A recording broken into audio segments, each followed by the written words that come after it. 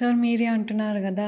ఇది క్యూర్ గాదు. Just only treatment మాత్రమని. హ్మ్. ఎందుకు మరి క్యూర్ ఎందుకు చేయొద్దు? అక్కడ ఓకే. ఉన్నదంతా ఎందుకు క్లియర్ చేసుకోవద్దు? ఆ!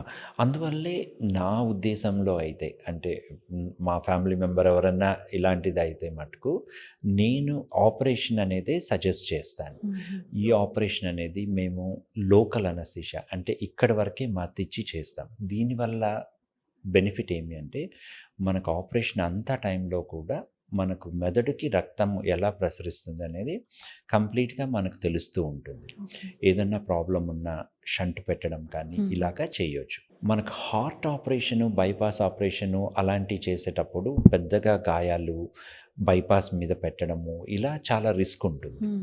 వేరాస్ కెరోటిడ్ ఆపరేషను అనేది రీజనబ్లీ అంటే దీంట్లో ట్రైన్ అయిన వాళ్ళు చేసినప్పుడు రిస్క్, కాంప్లికేషన్స్ అనేది చాలా తక్కువగా ఉంటాయి. బెనిఫిట్ అనేది చాలా ఎక్కువగా ఉంటుంది. సో, దీనివల్ల ఆపరేషన్ మీరు అడిగిన దానికి ఆపరేషన్‌లో అయితే మనం పూర్తిగా దాన్ని తీసేస్తాం. హుహు. స్టంట్‌లో దాన్ని పక్కకి నెడుతున్నాము. సో, ఈ రెండిటికి ఆ వ్యత్యాసం ఉందనమాట.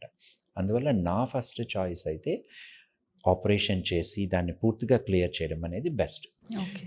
కొన్ని సందర్భాల్లో అంటే మరీ ఎల్డర్లీ ఉన్న వాళ్ళలో కానీ, లేదా వాళ్ళకి రేడియేషన్ జరిగినప్పుడు కానీ, ఇంతకుముందు ఆ చోట ఏదన్నా ఆపరేషన్ జరిగి అంతా స్కార్డ్‌గా ఉన్నప్పుడు, ఇలాంటి వాళ్ళలో తప్పని పరిస్థితుల్లో స్టెంట్ అనేది వాడుకోవచ్చు. బట్ ఎక్కువ మందిలో ఆపరేషన్ అనేది బెస్ట్ ట్రీట్మెంట్.